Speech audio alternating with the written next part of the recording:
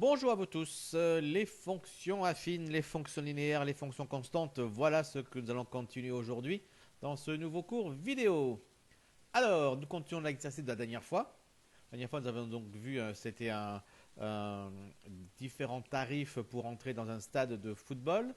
On avait ainsi défini trois fonctions, la fonction f, la fonction g et la fonction h pour les tarifs 1, 2 et 3.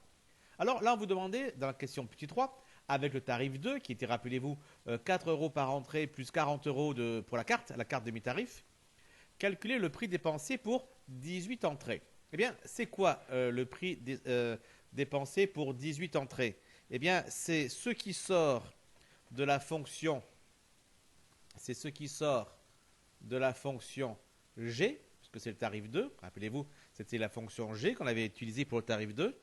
Lorsqu'on entre le nombre d'entrées de 18. Qu'est-ce qui sort de la fonction g quand on entre 18? Il sort g de 18. L'image de g par la fonction... non, l'image de g. C'est pas l'image de g, c'est l'image de 18, pardon. L'image de 18 par la fonction g.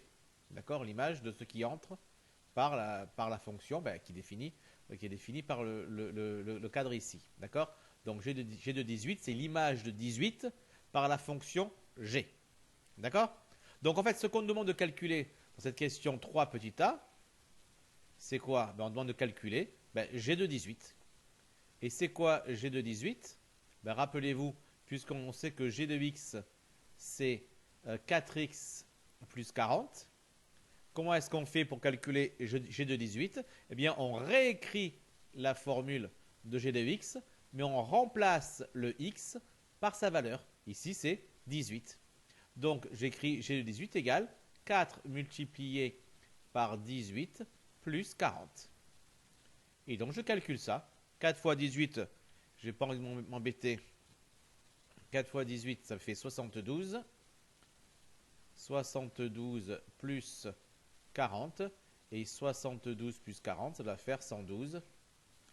G de 18 égale 112. C'est bien ça. On va voir si je ne suis pas trop mauvais. Ça va. Il reste encore des petits morceaux. G de 18 égale 112. Et bien sûr, on n'en reste pas là, puisque c'était une question. Ici, ce n'était pas juste un petit calcul. Calculer le prix dépensé pour 18 entrées. Donc, on conclut. Pour 18 entrées, au tarif 2, on paye 112 euros. D'accord? Dans la question B, alors là, c'était calculé d'eux-mêmes. Et là, on ne se prenait plus à dire on fait des phrases et compagnie. Juste des questions. F de 2. F de 2, c'est quoi f de 2? F de 2, c'est l'image de 2 par la fonction f. Et ça correspond à quoi dans cet exercice? Ça correspond à ce qu'on paye pour 2 entrées au tarif 1. Rappelez-vous, f de x, c'était quoi f de x? F de x, c'était 8x. C'est une fonction linéaire ce coup-ci. Donc là, f de 2, ça va faire simplement 8 multiplié par 2. Je remplace le x de la fonction ici. Le x de la fonction ici, je le remplace par 2. Ce qui me fait donc 16. F de 2 égale 16. H de 2. Alors là, c'est encore plus simple, puisque, rappelez-vous, la fonction h, c'est la fonction h qu'on avait définie comme étant le tarif de l'abonnement illimité. On payait 92 euros, je crois. Vérifiez quand même, c'est 92. Il était où? Il était là, 92, c'est ça. Il était à 92. On peut donc remonter. Il est là, voilà. 92. H de x, c'était donc 92. C'est-à-dire que quoi qu'on entre dans la fonction, il sort toujours 92. Donc, calculer h de 2, ça fait évidemment 92, tout simplement. D'accord? Toujours pareil, on peut toujours dire je réécris la formule ici en remplaçant x par 2. J'ai écrit cette formule-là et dès que j'aurai un x, je remplacerai par 2. Comme je n'ai pas de x, du coup, rien n'a été remplacé. J'ai juste écrit 92. D'accord? On demande après g de 4. G de 4, eh bien, je reprends la formule ici, g de x égale 4x plus 40, dans laquelle je remplace x par 4. 4 fois 4 plus 40. Ce qui fait donc que g de 4 égale 4 fois 4. Allez, parenthèse, elle n'est pas assez bien. Qu'est-ce qu'il me fait lui encore? Du coup, on voit plus que c'est un 4. G de 4 égale donc 4 fois 4, ça fait 16, plus 40. Ce qui me fait un G de 4 égale à 56. D'accord? On avait quoi encore? G de 7. G de 7. Donc, c'est 4 fois 7 ce coup-ci, plus 40. Ce qui va donc nous faire un G de 7 à 4 fois 7, 28, plus 40. Et c'est-à-dire 68. Et enfin, on demandait f de 10. F de 10, eh bien, on remplace dans la fonction ici, f de x égale 8x, on remplace x. Oh, je me fais lui. Et on remplace x par 10. Ça va me faire donc 8 fois 10, c'est-à-dire 80. D'accord? Elle est un peu plus compliquée. La question petit c. Trouver x tel que g de x égale 84. Alors c'est quoi? C'est là. Ça veut dire que j'ai toujours ma fonction g qui est dans ma boîte. D'accord? Et là, je sais que je sors 84. Et je veux savoir qu'est-ce que j'ai entré. Qu'est-ce que j'ai entré dans cette fonction pour sortir 84. Du coup, on peut d'ores et déjà interpréter le résultat qu'on demande ici. C'est quoi ce qu'on va chercher ici? C'est quoi ce qui va entrer? Ben, c'est le nombre d'entrées qu'il faut pour que ça coûte 84 euros. Combien d'entrées on peut s'offrir si on a 84 euros en utilisant le tarif 2, puisqu'on utilise la fonction G. Donc forcément le tarif 2.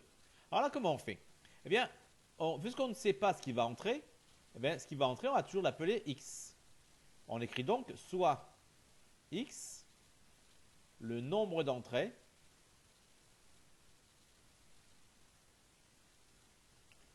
au tarif 2. D'accord? Tel que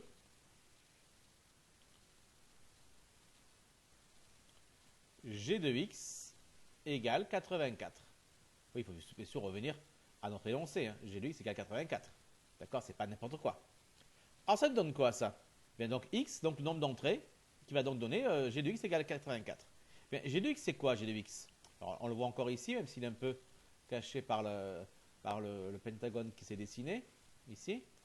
G de x égale 4x plus 40. Ben, je vais remplacer g de x par 4x plus 40. Normalement, quand on écrit g de 18 par exemple, j'ai réécrit tout ça en remplaçant le x par 18. Bien là, je réécris tout ça, mais en remplaçant le x par x, puisque j'ai x ici. D'accord? Je remplace x par x. Donc ça va me faire quoi? Ça va me faire 4. Ben, j'ai un x, je remplace par x, donc ça reste x, plus 40. Égale 84. Alors ça fait bizarre de dire je remplace x par x. Bien sûr. Néanmoins, c'est vraiment ce qu'on fait. On remplace vraiment x par x. Que souvent, les gens ne se rendent même pas compte qu'ils remplacent x par x. Mais c'est important de bien comprendre pourquoi. Quand on écrit tout là-haut ici, dans la définition de la fonction, g de x égale 4x plus 40, le x n'a pas de vrai sens. Le x, c'est ce qui rentre. Mais c'est vraiment quelque chose d'impersonnel. C'est un peu un on. D'accord, dans les pronoms, je, tu, etc. C'est le on. C'est impersonnel, on ne sait pas ce que c'est. D'accord? Alors que là, dans le petit c, le x qu'il a dans g de x égale 84, on sait très bien ce que c'est. C'est le nombre d'entrées au tarif 2 qui a permis de sortir 84. D'accord? Lui, il a une vraie existence. C'est pas le même x que ce qu'on avait là-haut, dans g de x égale 4x plus 40. Faire attention à ça. Même si concrètement, ceux qui ne vont pas comprendre la nuance, à la limite, ils s'en fichent. Hein. Ils ont g de x, ils écrivent g de x égale 4x plus 40. Mais si on comprend bien ce qu'on fait, ça servira toujours, ça sera toujours bien plus utile. Un peu plus tard, pas forcément au collège, mais l'année prochaine, au lycée, quand vous allez continuer avec les fonctions et en faire des bien plus complexes que ça et faire de beaucoup de travail là-dessus, ben, faire la nuance entre les deux, eh bien, ça sera absolument pas inutile. Voilà, donc ça c'est pour ceux qui arrivent à la voir, hein. Si vous la voyez pas encore, c'est pas grave. Pas grave du tout, vous avez encore le temps de vous habituer à ce genre de choses-là. Ah donc 4x plus 6 égale 40. Non, 4x plus 40 égale 84. Ben, comment ça s'appelle ça? C'est quoi ça? Eh bien, c'est ce qu'on appelle une équation. Et ça, vous savez résoudre les équations. Depuis bien, bien longtemps. Alors, comment est-ce qu'on va faire pour résoudre cette équation? Rappelez-vous, à l'arrivée, moi, ce que je veux avoir, c'est x égale et puis un résultat. Donc, ça veut dire que j'ai deux choses qui me gênent. J'ai ce 40 qui me gêne et j'ai également ce 4 qui me gêne. J'aimerais me débarrasser de ce 40 et de ce 4 pour me permettre de n'avoir plus que du x à l'arrivée. Alors, par quoi on commence? Est-ce qu'on élimine en premier le 4 ou le 40? Bien, comme vous le savez, on élimine d'abord le 40. Non pas parce que c'est 40, mais parce que quel est le lien qu'il y a entre le 40 et l'inconnu, le 4x, le x? Le lien qui est entre le 40 et le x, c'est un lien d'addition. Ce serait addition ou soustraction, ce serait pareil d'ailleurs. C'est une addition. Et donc, on sait quand on résout les équations qu'on commence par se débarrasser de ce qui a un lien d'addition avec l'inconnu. En fait, on prend toujours dans l'ordre inverse.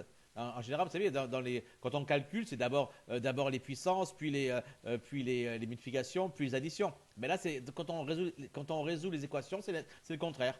D'abord les additions, après les multiplications, puis on le verra aussi plus tard, ensuite les puissances. D'accord? Donc, je veux éliminer ce 40. Alors, comment est-ce qu'on élimine un 40 qui est ajouté à l'inconnu? Eh bien, rappelez-vous, la technique est très simple. On rajoute l'opposé de ce qui gêne. Là, ce qui gêne, c'est 40, je dirais même plus 40. Donc, pour s'en débarrasser, on va rajouter moins 40 de chaque côté. Ainsi, j'obtiens 4x égale. Pourquoi? Parce que tout simplement, 40, enfin même plus 40 moins 40 qu'il y a, ça fait 0. Et donc du coup, il ne reste plus que 4x. Donc 4x est égal à 84 moins 40, ça fait 44. Je n'ai donc plus que maintenant à me débarrasser de ce 4. D'accord? Comment se débarrasser d'un 4? De ce 4 qui est multiplié à l'inconnu. Ça, je pense qu'il n'y a plus de problème là-dessus. Maintenant, on en a tellement fait de travaux avec ça. Tout le monde sait le faire.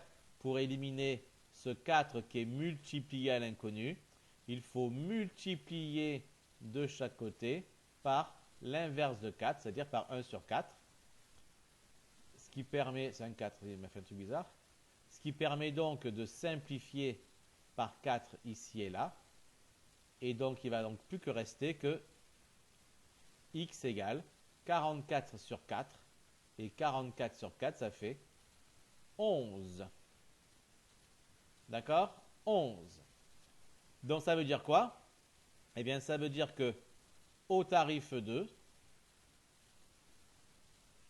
avec 84 €, on peut se payer, hop, déplacer un peu, on peut se payer 11 places. Voilà donc ce qu'on peut dire avec cet exercice-là. Au tarif 2, avec 84 €, on peut se payer 11 places. C'est ça l'interprétation de ce résultat. D'accord? Voilà. D'autres choses à dire là-dessus? Non, je crois pas. Non, c'est bon. Ah si, peut-être un petit truc. Donc, je vous ai dit ici, donc je reviens sur la tablette. Ici, on commence à éliminer ce 40 parce qu'il est ajouté à l'inconnu. Techniquement, on pourrait se débarrasser d'abord de ce 4 qui est multiplié à l'inconnu. Ça peut se faire, mais c'est beaucoup plus compliqué. Voilà, c'est beaucoup plus compliqué, ça marche. Quand on le voit là pour la première fois en 5e ou en 4e, on en reparle parfois, eh bien, on montre qu'on peut faire les deux, mais qu'il y a une des méthodes qui est beaucoup plus simple, et c'est celle-ci. Donc, c'est celle-ci qu'il faut bien sûr privilégier celle de commencer par l'addition.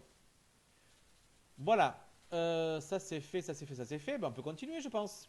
Allez, on continue. Pour chaque tarif, représentez sur un même graphique la dépense en fonction du nombre d'entrées. D'accord?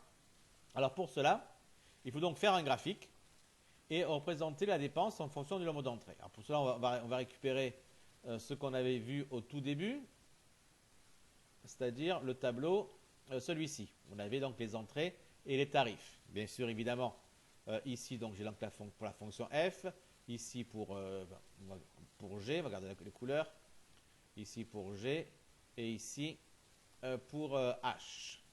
D'accord? Alors pour cela, pour faire ces graphiques, moi je vais utiliser GeoGebra. Vous le faites soit sur la feuille, sur votre feuille, soit vous utilisez également GeoGebra. Alors moi, je sais que le GeoGebra que j'ai vu, parce qu'une fois je l'ai ouvert sur l'ordinateur du collège, c'est pas exactement le même que celui-ci. Moi, ça s'appelle GeoGebra classique. J'ai juste téléchargé, je tapais GeoGebra sur Google, je suis tombé sur un site, j'ai téléchargé ça. J'ai vu que ce n'est pas exactement le même, donc je ne sais pas si vous avez exactement le même sur vos tablettes également. Si ce n'est pas exactement le même, j'imagine que ça ne va pas non plus être très très différent. Vous pouvez toujours éventuellement, en vous aidant de ce que je fais ici, essayer de chercher, les mêmes choses. Et au pire, vous tapez GeoGebra classique sur Google, vous avez peut-être de fortes chances de pouvoir télécharger la même version que moi. Bien. Donc moi, quand j'ouvre le programme, je tombe là-dessus. Moi, ce que je veux faire, c'est un graphique. Donc j'appuie sur graphique, tout simplement. Voilà. Je vais donc déplacer ici les axes parce que j'ai pas besoin ici de trucs négatifs. J'ai pas un nombre d'entrées négatifs ni un paiement négatif, donc j'ai pas besoin. Voilà. Donc qu'est-ce que je vais faire ici? Où est-ce que je peux retrouver les choses qui m'intéressent? Je sais pas. Non, je veux que le graphique apparaisse. Ici, voilà. J'ai appuyé ici sur la petite roue dentée ici pour aller voir les propriétés. Je vois ici, on va ici les X min, d'accord, c'est le X, c'est les abscisses. Hein. Donc les abscisses vont de moins 1 et quelques jusqu'à 29. Donc, là, c'est un peu moins parce que c'est évidemment masqué par ce truc de propriété, mais vous voyez, ça va bien jusqu'à 28, 29. Donc je le remets. Et pour la hauteur, en abscisse, ça monte jusqu'à 17 et quelques. Moi, je sais bien que dans l'abscisse, c'est là que je vais mettre l'argent que je vais dépenser. Et je vois bien que dans mon dessin, ça monte jusqu'à 120. D'accord? Donc, il faut au moins que ça monte jusqu'à 120. Donc ici, mon Y max, je vais le monter à 130 pour avoir une petite marge à côté. D'accord? 130. Et comme ça, vous voyez, il m'a fait, lorsque je ferme ceci maintenant, si je redéplace, voilà, je déplace encore à nouveau le graphique, je vois 120, 130, il m'a allé un peu plus loin que ce que je lui avais demandé. D'accord? Si maintenant je rappuie là-dessus, vous avez vu, il monte jusqu'à 152 parce qu'ils ne peuvent sans doute pas s'arrêter à 130. Il a des algorithmes internes qui fait qu'il a besoin, pour pouvoir que les choses se calent bien, aller à plus que 130. D'accord? Voilà, donc il a donc fait un graphique comme je l'aime. Alors qu'est-ce que je veux placer dessus? Je veux placer des points. Bon, déjà les points, donc je vais sur point, j'appuie sur point. Moi, j'aime pas les points que me propose GeoGebra au début, donc j'appuie ici pour appuyer sur le cercle ici et demander que ce soit fait par une croix. Moi, je préfère avec des croix plutôt qu'avec des ronds. Alors, que faut-il placer? Alors, on va retourner ici. Que faut-il placer? Alors, pour 6 entrées, pour tarif 1, enfin tarif 1 pour commencer, pour 6 entrées, ça coûtait 48 €. Donc, je vais donc placer ici 6 entrées. C'est ici, nombre d'entrées, c'est ce que j'ai en abscisse. Hein. 6 entrées. D'ailleurs, pour les entrées, je viens de penser, le maximum c'est 15. Donc, je n'ai pas forcément besoin d'aller jusqu'à 29. Donc, peut-être que j'ai intérêt ici à demander que le X max s'arrête à 16 par exemple. C'est un peu de marge.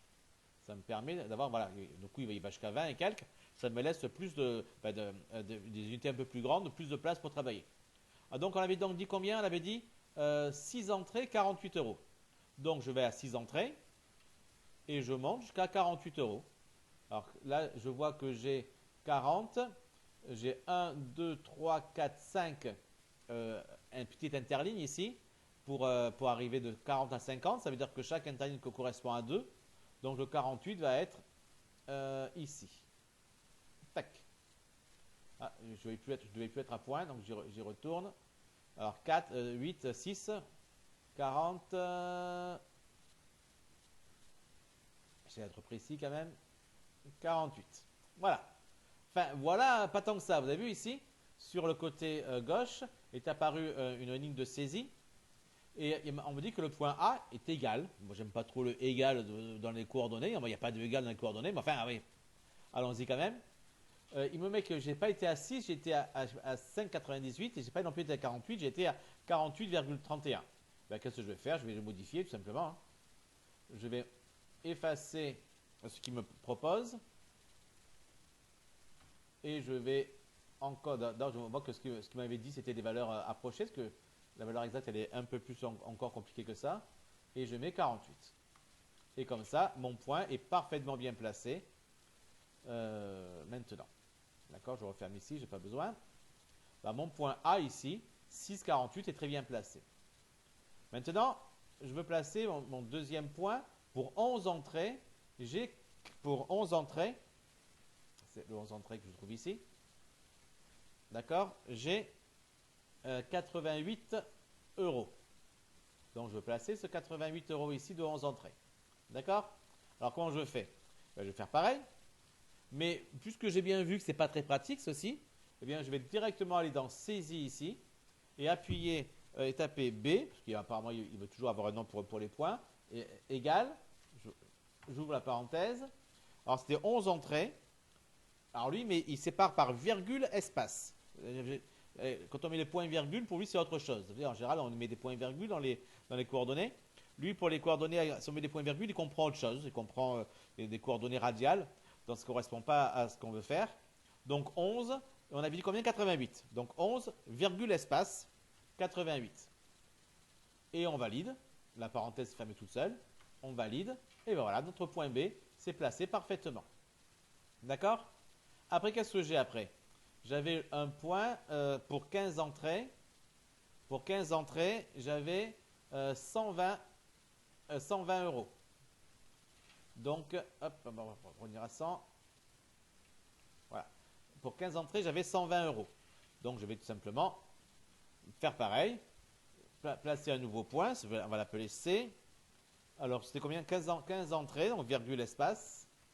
120 euros. Je valide. Et voilà mon point C. D'accord? Eh bien, que fallait-il faire? Il fallait tracer, il fallait relier ces points pour avoir la représentation graphique. Mais qu'est-ce que je vois? De toute façon, la fonction f, c'est une fonction affine. Et qu'est-ce que c'est qu'une fonction affine? Ben, comment c'est représenté? Ça, on le sait depuis pas mal de temps. C'est représenté par une droite qui passe par l'origine. Donc tous ces points A, B et C devraient être alignés. Est-ce qu'ils le sont? Ben, on va vérifier. On va tracer une droite qui va passer par le point C et par le point A. Eh bien oui, elle passe également parfaitement par le point B. Et elle passe également parfaitement par l'origine, par le 0. D'accord? Donc, voici donc la droite qui correspond à la fonction f ici. Eh bien, là, ici, une écriture, ça s'appelle une équation de droite. Vous verrez ça l'année prochaine. Mais elle passe bien par le point B. On le voit ici de visu. Ça passe bien également par l'origine, par le haut. Ben, même s'il n'est pas marqué haut ici, c'est le 0. D'accord? Allez, continuons les enfants. Après, il fallait placer, donc ici, placer ce 64 là, qui correspond à 6 entrées. Donc, on va aussi se placer à 6 entrées. Alors, 6 entrées, 64 euros. Donc, je retourne ici, je passe encore un point, le point D. 6 entrées, 64 euros. Et voici le point. Après, j'avais 11 entrées, 84 euros. 11 entrées, virgule espace, 84 euros. Voilà, voilà, les points B, ils sont proches. Hein. Après, j'ai donc le dernier point. Alors, c'était quoi? C'était 15 entrées, évidemment. Et ça coûtait combien? Ça coûtait 100 euros. Donc, 15, virgule espace, 100 euros. C'est donc mon point F. Et ça me fait donc là encore 3 points. Et qu'est-ce que je vois ici? Si je trace ici, si je relie le point D et le point F, eh bien, ça passe aussi par le point E. Eh bien, on voit bien que là encore, on est, ce qui va représenter cette fonction G, eh bien, c'est aussi une droite. Par contre, elle ne passe pas par l'origine. Elle passe par combien? Regardez, elle passe par 40. Pas pour rien 40. On y reviendra un peu plus tard. Donc là encore, la fonction G, donc qui est représentée par la droite FD, donc telle qu'on l'a faite ici. D'accord? Elle passe bien par eux, donc c'est bien, ça montre bien, enfin montre bien, c'est pas une preuve là, que c'est bien une droite qui va représenter cette fonction G, qui est une fonction, donc une fonction linéaire, affine, pardon, une fonction affine. On va essayer de, est-ce qu'il est facile de changer de couleur? Propriété, je crois, couleur. On l'avait fait en bleu la fonction G, donc on va laisser en bleu.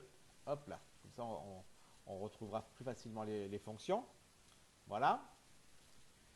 Et enfin, ben, il faut faire la dernière fonction, la fonction H, qui elle donc est faite. Ben, c'est pareil, hein, c'est facile, parce que c'est 92 tout le temps. Donc, on va passer en, hop là. C'est facile, c'est 92 tout le temps. 92 pour chacune des entrées. D'accord? On va donc placer tout simplement ici un nouveau point. On était à EF, on va passer à G. Le point G de coordonnées, donc parenthèse, c'était combien? C'était d'entrées au début? C'était 6? 6 entrées au début? C'est ça, 6 entrées. 6 entrées, 92 €. Notre point H, lui, ça va être 6 entrées et, non, virgule, et 80, non, pas 6 entrées que je raconte, n'importe quoi, moi, mais dites-le moi quand je fais n'importe quoi, voyons. Allez, 11, 92, voilà. Et enfin, le point, ben, HI, donc I, qui lui était à 15 entrées et toujours à 92 €. 9 plus 2, non, ça ne marche pas. 92, c'est mieux. D'accord. Ben, là encore, évidemment, on voit bien que la fonction ici, eh ben, tous les points sont alignés. On va le vérifier en reliant le point G et le point I. D'accord? Le point H, il passe bien parfaitement par le point. Ce qui est logique, puisque la fonction constante, on a vu que c'était une fonction, affine. Donc si on a déjà vu ici que la fonction affine était représentée par une droite, et bien forcément, la fonction constante, qui est elle aussi une fonction affine, forcément ne peut que être représentée par une droite. Alors une droite qu'on a décidé ici de mettre en couleur orange, comme ça on verra mieux les choses. Orange, super, il y en a un ici. Parfait. D'accord? Voilà donc nos différentes fonctions qui sont donc placées ici sur ce graphique. D'accord? Alors, maintenant, il y a quand même une autre question qui était posée, je crois, dans cette question 4. Il est où? Hop là. Ici, hop, on va reprendre ça, on va le mettre un peu plus haut. Voilà, c'est ça. Ça, on ne voit pas le reste. Répondre en utilisant le graphique. Dans quel cas vaut-il mieux choisir un tarif plutôt qu'un autre? Pour ça, je vais faire une capture d'écran. Ah, du coup, vous avez vu la suite. C'est grave. Ça va bientôt arriver. Une capture d'écran, parce que normalement, il le fait aussi au GeoGebra, mais ce sera plus rapide de le faire comme ça. Voilà, hop. Oh. Comme ça, on pourra mieux voir les choses et surtout écrire dessus. Voilà, donc là, on a donc ce qu'on a fait avec GeoGebra. D'accord? Alors, dans quel cas vaut-il mieux choisir un tarif? Voilà. Bon, j'espère que vous allez continuer à bien entendre parce que le micro c'était un peu sauvé. Donc forcément, il était un peu plus bas. Donc j'espère que le son était quand même assez audible. Sinon, il faudra pousser à fond le son des haut-parleurs. Bien, donc dans quel cas vous mieux choisir un tarif plutôt qu'un autre? Eh bien, regardez, on voit ici que dans toute une partie de nombre d'entrées, le nombre d'entrées c'est ici, d'accord? Jusqu'à cette partie-là, eh bien on voit que c'est moins cher d'utiliser le tarif 1 plutôt que le tarif 2. et encore pire que le tarif 3.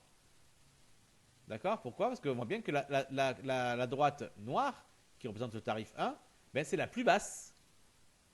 Donc, pendant toute cette période-là, il est préférable d'utiliser le tarif 1. Donc, jusqu'à 10 entrées, il est préférable d'utiliser le tarif 1. Après, on voit quoi après?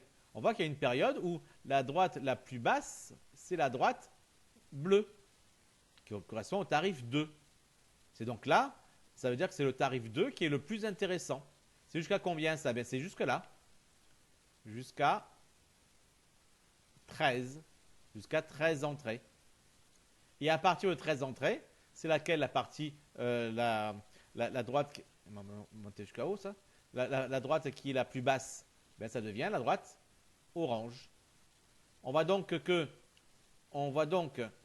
si je bouge, est-ce que ça bougera tout? C'est bon, ça bouge tout. On voit donc que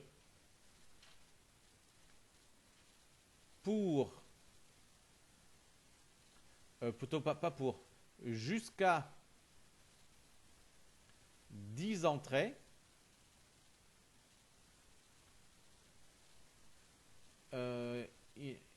il vaut mieux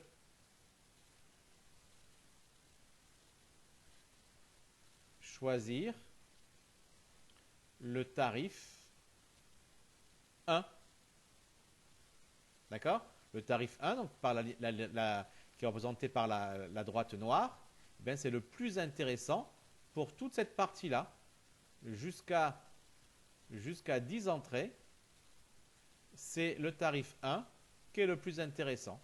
La droite, ici, la droite qui représente la courbe F, le tarif 1, c'est la droite la plus basse.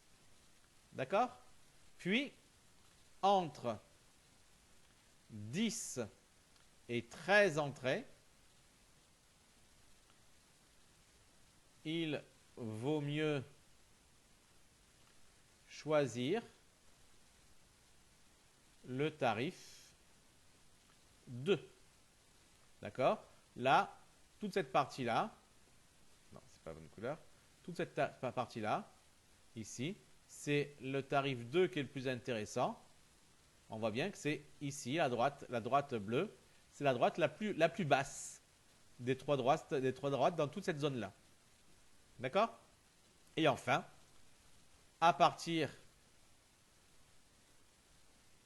de 13 entrées, il vaut mieux choisir le tarif 3. Là, effectivement, à partir de 13 entrées, c'est donc la partie ici, donc, c'est bien la droite orange, celle-ci, qui est la plus basse des trois. Il y a ici orange, bleu, et puis noir ici. Là, pour à partir de 13 entrées, le tarif 1, c'est le pire. C'est le pire, il coûte très très cher par rapport aux autres tarifs. D'accord? Donc voilà, après il y a les cas limites évidemment. Pour 10 entrées et pour 13 entrées, qu'est-ce qu'on prend? Ben là c'est au choix. Pour 10 entrées, le tarif 1 et le tarif 2 sont au même prix. Ben, vous choisissez. Pour 13 entrées, le tarif 2 et le tarif 3, c'est le même prix aussi. Ben, vous choisissez. D'accord? Après, ça dépend des situations de chacun. Mais vraiment, à part ces points-là qui sont un peu les cas limites, où vraiment on a parfois deux tarifs qui donnent le même prix, après ce qu'on choisit, ben, c'est vraiment un choix personnel. Pour tout le reste, eh bien, il y a des choix mathématiquement préférables, en tout cas qui sont moins chers que les autres. D'accord? Voilà, donc on va s'arrêter là pour aujourd'hui sur ces fonctions. Ah non, on ne s'arrête pas encore aujourd'hui, on fait encore des petites choses. Et oui, quand même, ce que vous avez vu à l'instant. Vu que les représentations graphiques, j'ai toujours du mal avec ce mot-là, les représentations graphiques sont des droites, aussi bien pour les linéaires, les affines et les constantes, ce qu'on a vu. Et donc, on précise ici que la fonction affine, elle est représentée par une droite, ça on l'a vu. La fonction linéaire, c'est une droite, mais en plus, elle passe par l'origine.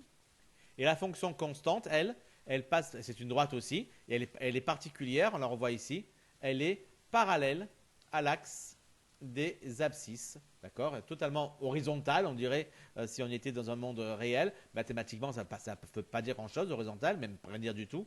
Donc on parlera de parallèle à l'axe à l'axe des abscisses. D'accord? Donc une fonction constante, c'est représentée par une droite parallèle à l'axe des abscisses. Voilà, on a terminé pour aujourd'hui. On a quasiment tout terminé sur cette première partie des fonctions affines. L'exercice en lui-même reprenait tout ce qu'on avait à apprendre pour cette première partie. On va maintenant faire d'autres exercices pour s'entraîner évidemment. Ce que vous avez à faire pour la prochaine fois, c'est bien revoir tout ce qu'on a fait, bien revoir cet exercice, bien tout comprendre, parce que c'est vraiment la base de tout ce qui va suivre. Allez, bonne journée à tous et à très vite. Ciao.